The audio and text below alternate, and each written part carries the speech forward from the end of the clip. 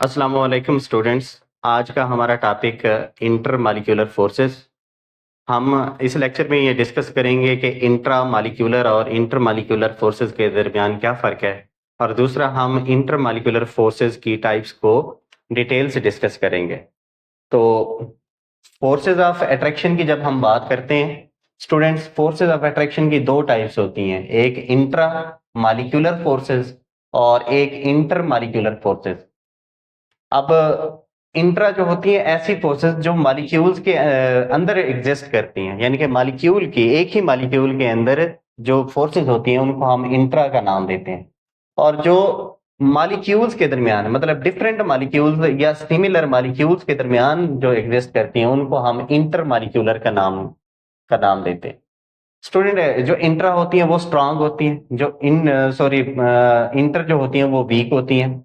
जो chemical properties होती हैं वो इंट्रा के ऊपर डिपेंड करती हैं। अब ये भी मैं रीजन आपको बताऊंगा कि क्यों। और जो फिजिकल प्रॉपर्टीज हैं वो इंटर मॉलिक्यूलर फोर्सेस के ऊपर डिपेंड करती हैं, जैसे फिजिकल स्टेट है, थर्मोडायनामिक प्रॉपर्टीज हैं। इंट्रा को हम सॉलिड लाइन से रिप्रेजेंट करते हैं और इंटर को हम डॉटेड लाइन से। अगर हम इसकी एग्जांपल बयान करें तो आयनिक बॉन्ड है, कोवलेंट बॉन्ड है, मेटेलिक बॉन्ड है, कोऑर्डिनेट कोवलेंट बॉन्ड है। तो ये सारी की सारी कौन सी फोर्सेस हैं? इंट्रा। और इंटर मॉलिक्यूलर फोर्सेस की बात करें तो dipole, dipole, ion dipole, dipole induce dipole, London dispersion forces, या इनको हम दूसरे नाम क्या देते हैं? Instantaneous dipole, induce dipole. और लास्ट वन जो है वो है हाइड्रोजन बॉन्डिंग। तो स्टूडेंट, इनको कलेक्टिवली हम क्या नाम देते हैं? वंडर वॉल्स फोर्सेस का नाम भी देते हैं। अब हमारी बुक के अंदर इन दो को एक्सप्लेन नहीं किया गया, इन दोनों को एक्सप्लेन नहीं किया गया, तो इनको हम डिटेल से डिस्कस नहीं करेंगे। तो टोटल इसकी 5 टाइप्स हैं, लेकिन हमारी बुक में 3 टाइप्स गिवन है। स्टूडेंट, अब जो फिजिकल प्रॉपर्टीज की बात आती है तो क्योंकि ये क्या करती हैं? Melting point, boiling point, physical state को इंक्रीज या डिक्रीज कर सकती हैं, तो इसी वजह से फिजिकल, इनको हम फिजिकल प्रॉपर्टीज कहते हैं कि इनके ऊपर डिपेंड करती हैं। जबकि ये जो बॉन्ड है ना, ये अब आयनिक बॉन्ड जो है उनके रिएक्शन फास्ट होते हैं, कोवलेंट बॉन्ड वाले रिएक्शन स्लो होते हैं, तो ये केमिकल प्रॉपर्टीज जो है वो इनके ऊपर डिपेंड करते हैं। स्टूडेंट, हम अगर डिस्कस करें अब इनकी टाइप्स थे, तो इनकी टाइप्स को डिस्कस करने से पहले हम डाइपोल की स्टडी कर लेते हैं। डाइपोल क्या होता है? स्टूडेंट, डाइपोल एक ऐसा मॉलिक्यूल है जिसके अंदर दो पोल्स होते हैं जिनके चार्जेस इक्वल होते हैं, लेकिन उनका साइन जो होता है वो अपोजिट होता है। अगर एक पॉजिटिव होगा तो दूसरा क्या होगा? नेगेटिव। और उनके दरमियान थोड़ा सा कोई डिस्टेंस होगा, जैसे बॉन्ड एक इधर एटम है, एक इधर एटम है, तो उनके दरमियान थोड़ा सा डिस्टेंस होगा। जब ऐसी स्ट्रक्चर बन जाती है उसको हम डाइपोल का नाम देते हैं। यानी कि अगर इसमें अब आप कहेंगे सर इस पे इधर चार्ज, नेगेटिव चार्ज क्यों आया, इधर पॉजिटिव चार्ज? क्योंकि स्टूडेंट, इसमें इलेक्ट्रॉन की जो डिस्ट्रीब्यूशन होती है ना न्यूक्लियस के गिर्द, वो अनइक्वल होती है। देखें, इस तरफ इलेक्ट्रॉन डेंसिटी ज्यादा है, इस तरफ इलेक्ट्रॉन डेंसिटी कम है। तो जिधर इलेक्ट्रॉन ज्यादा होंगे वहां पर कौन सा चार्ज होगा? Partial negative. और जिधर इलेक्ट्रॉन कम होंगे वहां पर कौन सा चार्ज होगा? Partial positive. क्योंकि वो न्यूक्लियस है ना, न्यूक्लियस पार्ट है, तो वो पार्शियल पॉजिटिव। अब इन दोनों पोल्स को जब हम मिलाते हैं तो इसको हम क्या पढ़ते हैं? डाइपोल। स्टूडेंट, ऐसे डाइपोल की ना 3 टाइप्स होती हैं। एक होती है परमानेंट डाइपोल, एक टेम्परेरी डाइपोल और एक इंड्यूस्ड डाइपोल। मैं अपने स्टूडेंट को कुछ इसकी एग्जांपल इस तरह से देता हूं कि एक, जैसे हम किसी नमाजी की एग्जांपल ले लेते हैं। एक बंदा है वो परमानेंट नमाज पढ़ता है, बचपन से पढ़ता आ रहा है, और दूसरा बंदा है टेम्परेरी, माह रमजान के अंदर नमाज पढ़ता है, अदरवाइज वो नहीं पढ़ता। अब वो तभी नमाज पढ़ेगा किसी इंस्टेंट के ऊपर जब उसके अंदर कोई मोटिवेशन आएगी, जब उसको ख्याल आएगा या खौफ आएगा, तब वो नमाज पढ़ता है, अदरवाइज नहीं पढ़ता। किसी भी इंस्टेंट के ऊपर वो नमाजी बन जाता है, कोई 1-2 दिन के लिए, फिर पूरे साल के लिए वो नमाज नहीं पढ़ता। तो उस नमाजी को हम क्या नाम देंगे? टेम्परेरी। और जो परमानेंट पढ़ता है उसको हम क्या नाम देंगे? Student, permanent. ठीक है। अब तीसरा होता है इंड्यूस्ड। इंड्यूस्ड ऐसे होता है स्टूडेंट, जैसे हम कहते हैं कि खरबूजे को देख के खरबूजा रंग पकड़ता है। मिसाल के तौर पर घर के अंदर एक भाई जो है वो नमाज पढ़ रहा है, तो छोटा भाई उसको देख के ना वो उसका इफेक्ट लेगा और वो भी नमाज पढ़ना शुरू कर देगा। वो उस नमाजी को हम क्या नाम देते हैं? इंड्यूस्ड। यानी कि जिस, अब एक स्टूडेंट अगर पढ़ता है मुसलसल, जो उसका रूममेट है वो उसको देख के अगर पढ़ना शुरू कर दे तो उसको हम क्या नाम देते हैं? इंड्यूस्ड। यानी कि एक को देख के अगर दूसरा वो करने लगे तो दूसरे के अंदर जो प्रॉपर्टी डेवलप होगी उसको हम क्या नाम देते हैं? इंड्यूस। तो स्टूडेंट कुछ डाइपोल जो होती है वो परमानेंट है, जिसकी इलेक्ट्रोनेगेटिविटी डिफरेंस जीरो नहीं है, डाइपोल मोमेंट भी जीरो नहीं है, तो उसके अंदर तो पोल्स बनेंगे, क्योंकि एक तरफ इलेक्ट्रॉन क्या होंगे ज्यादा, दूसरी तरफ कम, तो उसमें तो परमानेंट डाइपोल। और दूसरा होता है टेम्परेरी डाइपोल, मतलब किसी वक्त मॉलिक्यूल्स एक दूसरे के करीब आते हैं तो उसके अंदर एक पोलैरिटी डेवलप हो जाती है थोड़े से टाइम के लिए, तो उसको हम क्या नाम देते हैं? Temporary dipole. अब तीसरा मॉलिक्यूल डाइपोल वो होती है जो किसी डाइपोल को देख के, परमानेंट डाइपोल को या टेम्परेरी डाइपोल को देख के उसके अंदर ये इफेक्ट इंड्यूस हो जाए, उसको हम नाम देते हैं इंड्यूस्ड डाइपोल। तो स्टूडेंट अब आपको ये अच्छी तरह से एग्जांपल समझ आएगी। जो डाइपोल डाइपोल होती है, अगर एक मॉलिक्यूल का पॉजिटिव एंड दूसरे मॉलिक्यूल का नेगेटिव एंड एक दूसरे को अट्रैक्ट करें तो उसको हम क्या नाम देते हैं? Permanent dipole dipole. जैसे ये एग्जांपल है मेरे पास, अगर मैं एग्जांपल लूं HCl की, तो HCl के अंदर एक नेगेटिव पार्ट होता है और दूसरा पॉजिटिव पार्ट। अब दूसरे मॉलिक्यूल का अगर पॉजिटिव एंड एक फर्स्ट मॉलिक्यूल के नेगेटिव एंड को अट्रैक्ट करता है तो उसको हम क्या नाम देते हैं? Dipole dipole forces. अब ये सिर्फ और सिर्फ पोलर मॉलिक्यूल के अंदर एग्जिस्ट करती हैं, और पोलर मॉलिक्यूल क्या होता है? जिसकी डाइपोल मोमेंट जीरो ना हो उसको हम पोलर कहते हैं, और जिसकी डाइपोल मोमेंट क्या हो स्टूडेंट? जीरो हो, उसको आप समझ लें कि वो कौन सा होता है? Non polar. ये प्रीवियस चैप्टर में हम डिस्कस कर चुके हैं ये टॉपिक। स्टूडेंट अब जितनी इलेक्ट्रोनेगेटिविटी डिफरेंस ज्यादा होगा उतनी डाइपोल फोर्सेस क्या होंगी? ज्यादा होंगी, क्योंकि अगर इलेक्ट्रोनेगेटिविटी डिफरेंस ज्यादा है तो इलेक्ट्रॉन की डिस्ट्रीब्यूशन ज्यादा होगी, एक तरफ ज्यादा इलेक्ट्रॉन हो जाएंगे एक तरफ कम, तो डाइपोल जो होंगे डाइपोल बनेगा, और चार्जेस जो होंगे उनकी मैग्नीट्यूड ज्यादा होगी तो पोलैरिटी भी ज्यादा डेवलप होगी, और पोलैरिटी ज्यादा होगी तो डाइपोल डाइपोल फोर्सेस भी क्या होंगे? ज्यादा स्ट्रांग होंगे। जो इनकी स्ट्रेंथ है वो इलेक्ट्रोनेगेटिविटी डिफरेंस के ऊपर डिपेंड करती है। स्टूडेंट जितनी डाइपोल डाइपोल फोर्सेस ज्यादा स्ट्रांग होती हैं उतनी थर्मोडायनामिक प्रॉपर्टीज भी ज्यादा होती हैं। अब थर्मोडायनामिक प्रॉपर्टीज हम किसको कहते हैं? थर्मो मीन हीट, हीट जिनका मतलब रिलेशन हीट के साथ होता है। जैसे मेल्टिंग पॉइंट, हीट देते हैं तो कोई चीज मेल्ट करती है। Boiling point, heat of fusion, इसको हम इंथाल्पी ऑफ फ्यूजन भी बोलते हैं, हीट ऑफ फ्यूजन भी बोलते हैं, हीट ऑफ वेपराइजेशन, तो हीट ऑफ सब्लिमेशन। ये सारी की सारी जो प्रॉपर्टीज है ना थर्मोडायनामिक प्रॉपर्टीज कहलाती हैं। और जितनी इंटरमॉलिक्यूलर फोर्सेस या डाइपोल डाइपोल फोर्सेस स्ट्रांग होती हैं उतना थर्मोडायनामिक प्रॉपर्टीज भी क्या होती है? ज्यादा होती है। एग्जांपल में अगर आप बोलें तो आपकी एग्जांपल इसमें क्या है? आपकी बुक में गिवन है HCl, उसमें डाइपोल डाइपोल फोर्सेस होती हैं। ये असेसमेंट का वो है ICl, आयोडीन आयोडीन क्लोराइड, तो ये भी क्या है स्टूडेंट? इसमें भी डाइपोल डाइपोल फोर्सेस एग्जिस्ट करती हैं। अच्छा स्टूडेंट अब हम इसकी नेक्स्ट टाइप को डिस्कस करते हैं जिसको हम नाम देते हैं इंस्टेंटेनियस डाइपोल, इंड्यूस्ड डाइपोल, या इनका नेम दूसरा नेम क्या होता है? लंदन डिस्पर्शन फोर्सेस, क्योंकि 1931 के अंदर फ्रेड लंदन ने इनको डिस्कवर किया था, इसी वजह से इनका दूसरा नेम क्या है? London dispersion forces. अब ये जैसे हम डिस्कस कर चुके हैं कि ये ऐसी फोर्सेस ऑफ अट्रैक्शन होती हैं जो इंस्टेंटेनियस डाइपोल और इंड्यूस्ड डाइपोल के दरमियान एग्जिस्ट करती है। अब इंस्टेंटेनियस क्या है? यहाँ पर इसको हम अगर समझे ना, जब दो नॉन पोलर मॉलिक्यूल या कोई भी मॉलिक्यूल एक दूसरे के करीब आते हैं तो उसके अंदर एक किसी भी इंस्टेंट के ऊपर, परमानेंट नहीं, किसी भी इंस्टेंट के ऊपर पोलैरिटी डेवलप हो जाए उसको बोलते हैं इंस्टेंटेनियस डाइपोल। अब इंस्टेंटेनियस डाइपोल को देख के अगर दूसरा मॉलिक्यूल उसके अंदर पोलैरिटी डेवलप हो जाए इसकी वजह से, तो उसको हम क्या नाम देते हैं? Induced dipole.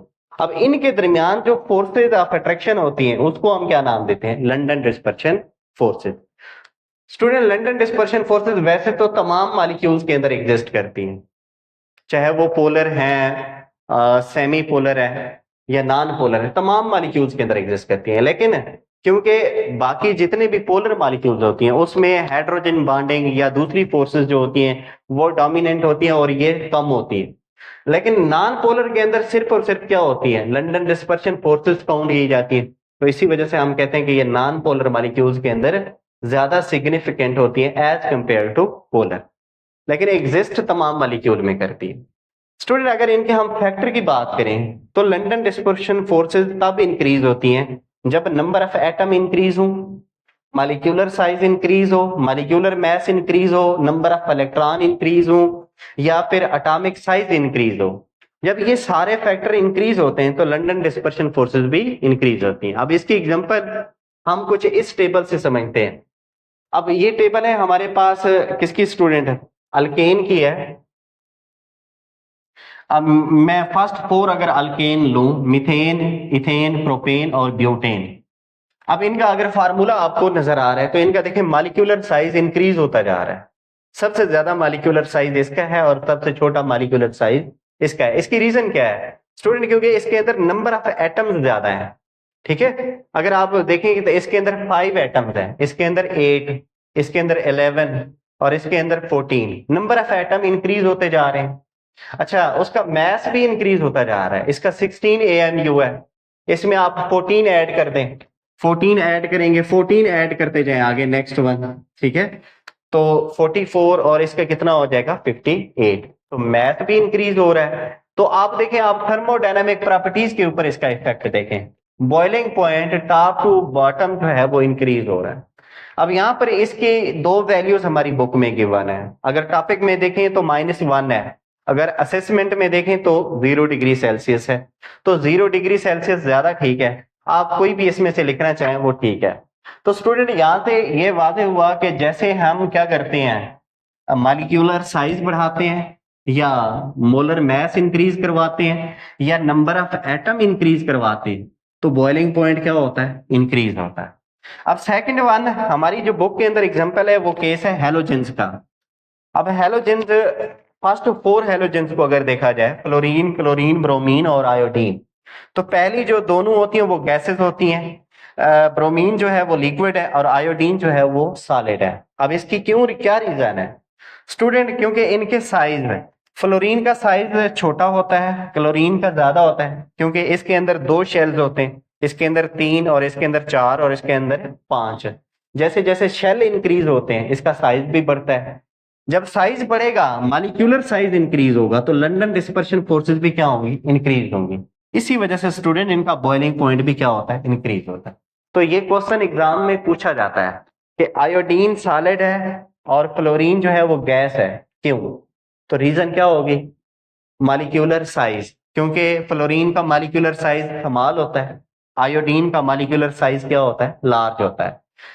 अब मॉलिक्यूलर साइज स्मॉल होने की वजह से इसके अंदर लंदन डिस्पर्शन फोर्सेस वीक होंगी और इसके अंदर लंदन डिस्पर्शन फोर्सेस स्ट्रांग होंगी। इसी वजह से आयोडीन सॉलिड होती है और फ्लोरीन क्या होती है, लिक्विड होती है। तो स्टूडेंट कोई भी 2 हैलोजन को वो कंपैरिजन करके पूछ सकता है, तो ये आप लोगों को आना चाहिए। जो नेक्स्ट टॉपिक है वो है हाइड्रोजन बॉन्डिंग। तो hydrogen bonding electrostatic force of attraction between lone pair of nitrogen, oxygen और fluorine of one of molecule and exposed hydrogen nucleus of other molecule. यानी कि हाइड्रोजन बॉन्डिंग एक ऐसे मॉलिक्यूल में होगी जिसके अंदर दोनों कंडीशन ये पूरी हो, उसके अंदर हाइड्रोजन एटम भी हो और उसके अंदर हाईली इलेक्ट्रोनेगेटिव एटम भी हो। हाईली इलेक्ट्रोनेगेटिव एटम 3 बात की गई है आपकी बुक के अंदर, या तो नाइट्रोजन होना चाहिए या ऑक्सीजन होना चाहिए या फ्लोरीन होना चाहिए। अब अगर ये दोनों कंडीशन पूरी हैं तो उसके अंदर जो इंटरमॉलिक्यूलर फोर्स होगी उसको हम हाइड्रोजन बॉन्डिंग का नाम देंगे।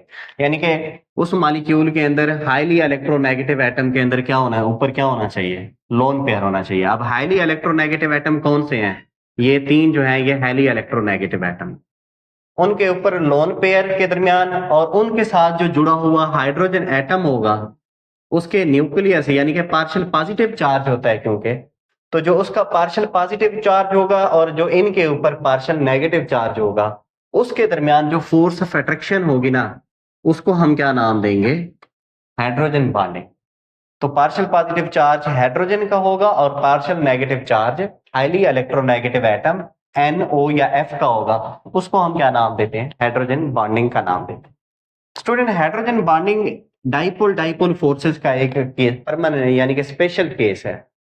हालांकि इसको हम डिफरेंट काउंट करते हैं क्योंकि ये जो है हाइड्रोजन बॉन्डिंग जो होती है ये डाइपोल डाइपोल से थोड़ा ज्यादा स्ट्रांग होती है, तो है उसी का केस लेकिन उनसे तो थोड़ा सा स्ट्रांग है, इसी वजह से इसको डिफरेंट क्लास काउंट किया जाता है। अच्छा, ये एक वैसे लिखा जाता है हाइड्रोजन बॉन्डिंग यानी कि हाइड्रोजन बॉन्ड, लेकिन ये एक्चुअली बॉन्ड नहीं है। फेडरल की बुक में ये वाजे लिखा गया है, ये है इंटरमॉलिक्यूलर फोर्स। जैसे इसका नाम जो पहले शुरू से रख दिया गया हाइड्रोजन बॉन्ड, तो इसी वजह से इसको हम बॉन्ड कहते हैं। हालांकि ये हाइड्रोजन हाइड्रोजन बॉन्डिंग इसी में है, लेकिन ये एक इंटरमॉलिक्यूलर फोर्स है, परमानेंट बॉन्ड नहीं है। अच्छा स्टूडेंट, अगर हम बात करें कि कंडीशन की, तो कंडीशन जैसे मैंने आपको बता दिया है कि इसके अंदर पार्शियल पॉजिटिव हाइड्रोजन एटम होना चाहिए और वो जुड़ा होना चाहिए हाईली इलेक्ट्रोनेगेटिव एटम के साथ, और हाईली इलेक्ट्रोनेगेटिव एटम ये तीन हो सकते हैं। अब कौन सा है, जैसे यहाँ पर मैं एग्जांपल अगर दूं तो ये वाला हाइड्रोजन जो है ना, ये इसमें हाइड्रोजन तो है लेकिन इसमें हाइड्रोजन बॉन्डिंग नहीं होगी। क्यों? क्योंकि ये हाईली इलेक्ट्रोनेगेटिव एटम से नहीं जुड़ा हुआ, और जो हाईली ये एटम है इसके पास लोन पेयर भी नहीं है और ये हाईली इलेक्ट्रोनेगेटिव भी नहीं है। तो स्टूडेंट, हाइड्रोजन का होना जरूरी नहीं है, हाइड्रोजन भी हो साथ में हाईली इलेक्ट्रोनेगेटिव एटम भी हो तब हाइड्रोजन बॉन्डिंग एग्जिस्ट करती है। जैसे यहाँ पर इसके अंदर हाइड्रोजन भी है और साथ में हाईली इलेक्ट्रोनेगेटिव एटम भी है, तो इसके अंदर हाइड्रोजन बॉन्डिंग एग्जिस्ट करती है। यानी कि तीन चीजें हूं, या तो उस मॉलिक्यूल के अंदर H और F हूं, या उस मॉलिक्यूल के अंदर H और N हो, ठीक है, या उस मॉलिक्यूल के अंदर H और O हो, तो तब उसके अंदर क्या हो सकती है स्टूडेंट, हाइड्रोजन बॉन्ड एग्जिस्ट कर सकता है। जिसके अंदर ये तीन है, या तो ये होनी चाहिए या ये होनी चाहिए या फिर ये वाला बॉन्ड होना चाहिए, उसके अंदर हाइड्रोजन बॉन्ड एग्जिस्ट करता है, अदरवाइज बाकियों में हाइड्रोजन बॉन्डिंग एग्जिस्ट नहीं करती। क्लोरीन का केस है लेकिन वो हमारी बुक में मेंशन ही नहीं है।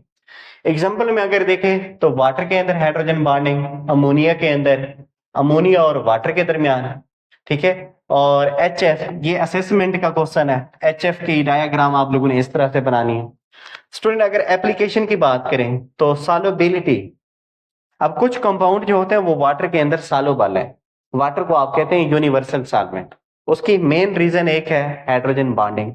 वाटर काफी सारी चीजों को अपने अंदर डिजॉल्व कर लेता है क्योंकि उसके अंदर हाइड्रोजन बॉन्डिंग होती है। अब अमोनिया के अंदर हाइड्रोजन बॉन्डिंग है, इथानॉल के अंदर भी हाइड्रोजन बॉन्डिंग है क्योंकि इथानॉल के अंदर OH होता है तो इसके अंदर हाइड्रोजन बॉन्डिंग होगी। शुगर के अंदर भी OH बॉन्ड होता है तो इसके अंदर भी हाइड्रोजन बॉन्डिंग होती है। तो स्टूडेंट, ये हाइड्रोजन बॉन्डिंग की वजह से ही वाटर के अंदर सॉल्युबल होते हैं। तो पहली तो इसकी आ गई सॉल्युबिलिटी। सेकंड है स्टूडेंट, आइस के अंदर, आइस क्यों वाटर की सरफेस के ऊपर फ्लोट करती है? रीजन है उसकी डेंसिटी कम हो जाती है लिक्विड वाटर से। जबकि अगर हम दूसरे कंपाउंड को देखें तो उनके वो अगर लिक्विड स्टेट में हो तो उनकी डेंसिटी कम होती है, सॉलिड में हो तो ज्यादा होती है। लेकिन कुछ वाटर का केस जो है ना वो अलग है। वाटर जो सॉलिड स्टेट में अगर इसको हम देखें आइस की फॉर्म में तो इसकी डेंसिटी कम होती है, लिक्विड स्टेट में इसकी डेंसिटी ज्यादा होती है। इसी को हम इनॉमलस बिहेवियर भी कहते हैं, इरेगुलर बिहेवियर ऑफ वाटर का नाम भी देते हैं, या इरेगुलर एक्सपेंशन ऑफ वाटर। अब इसकी स्टूडेंट रीजन क्या है, जब वाटर को हम आइस में कन्वर्ट करते हैं तो असल में जो इसके पीछे रीजन होती है वो हाइड्रोजन बॉन्डिंग। वाटर के अंदर हाइड्रोजन बॉन्डिंग जो होती है वो टेम्परेरी होती है, यानी कि वाटर मॉलिक्यूल मूव कर रहे हैं तो हाइड्रोजन बॉन्ड बनते भी रहते हैं और टूटते भी रहते हैं। लेकिन जब ये आइस में कन्वर्ट होता है तो इसमें जो हाइड्रोजन बॉन्डिंग होती है ना वो रेगुलर बन जाती है, यानी कि हाइड्रोजन बॉन्ड टेम्परेरी से क्या बन जाते हैं, परमानेंट, वो मजीद टूटते नहीं है और वो टाइट भी हो जाते हैं। और जो स्ट्रक्चर होती है वाटर की ना टेट्राहेड्रल, वो किस में कन्वर्ट हो जाती है, हेक्सागोनल के अंदर। आपकी बुक में उसकी डायग्राम बनी हुई है, जिसकी वजह से स्टूडेंट इसके अंदर एम्प्टी स्पेसेस क्रिएट हो जाती है। अब एम्प्टी स्पेसेस क्रिएट होने की वजह से उसका वॉल्यूम इंक्रीज होता है, वॉल्यूम इंक्रीज होने से उसकी डेंसिटी जो है वो डिक्रीज हो जाती है। तो आप लोगों ने अगर एक इसको एक्सपेरिमेंट करना चाहें, अगर कटोरा पानी का भर के रखें तो पानी का जो वॉल्यूम होगा ना लिक्विड वाटर का वो कम होगा, लेकिन जब वो आइस बनेगी तो उसका वॉल्यूम इंक्रीज हो जाएगा। स्टूडेंट, वॉल्यूम का क्योंकि डेंसिटी के साथ इनवर्स रिलेशन होता है, डेंसिटी का फार्मूला क्या होता है, D is equal to M/V। तो देखें डेंसिटी वॉल्यूम के क्या है, इनवर्सली है, इनवर्स रिलेशन है। तो इसी वजह से जैसे वॉल्यूम इंक्रीज होगा डेंसिटी क्या होगी, डिक्रीज हो जाएगी। स्टूडेंट, आखिरी एप्लीकेशन है इसकी हेड्राइड। कुछ हेड्राइड हैं जैसे H2O है, HF है, NH3 है, इनका बॉइलिंग पॉइंट बाकियों से ज्यादा होता है। अब इसकी रीजन क्या है? क्योंकि इन हेड्राइड के अंदर स्टूडेंट हाइड्रोजन बॉन्डिंग होती है।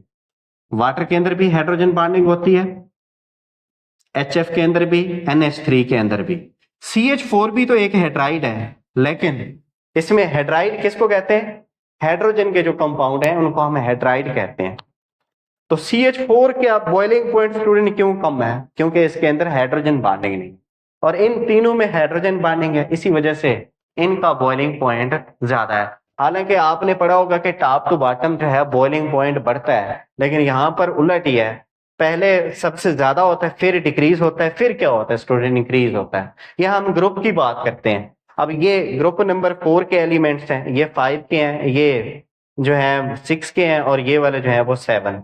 अगर स्टूडेंट अगर कंपैरिजन करें कि सबसे ज्यादा हाइड्रोजन बॉन्डिंग किस में होती है, तो वाटर में, क्योंकि इसका बॉइलिंग पॉइंट सबसे ज्यादा होता है, उसके बाद HF में, और उसके बाद किस में होती है? अमोनिया। तो आप लिख सकते हैं कि hydrogen bonding in water greater than HF, और HF की सबसे ज्यादा होती है किससे?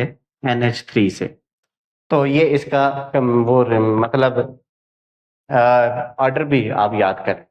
तो स्टूडेंट अगर कंपैरिजन की बात करें तो हाइड्रोजन बॉन्डिंग सबसे ज्यादा स्ट्रांग होती है, उसके सेकंड नंबर पे डाइपोल डाइपोल, और तीसरे नंबर पे लंडन डिस्पर्शन फोर्स। अगर आप बात करें इंट्रामॉलिक्यूलर फोर्सेस की, तो giant covalent greater than metallic, metallic जो है वो ग्रेटर देन किससे है स्टूडेंट? आयोनिक से, और आयोनिक ग्रेटर है किससे स्टूडेंट? कोवलेंट कंपाउंड से, सिंपल कोवलेंट कंपाउंड से। तो वो भी आपकी बुक में एक टेबल बनी हुई है, उसको आप देख लें। तो ये इंटरमॉलिक्यूलर फोर्सेस का आपका टॉपिक कंप्लीट हुआ। नेक्स्ट लेक्चर में मिलेंगे, तब तक अल्लाह हाफिज।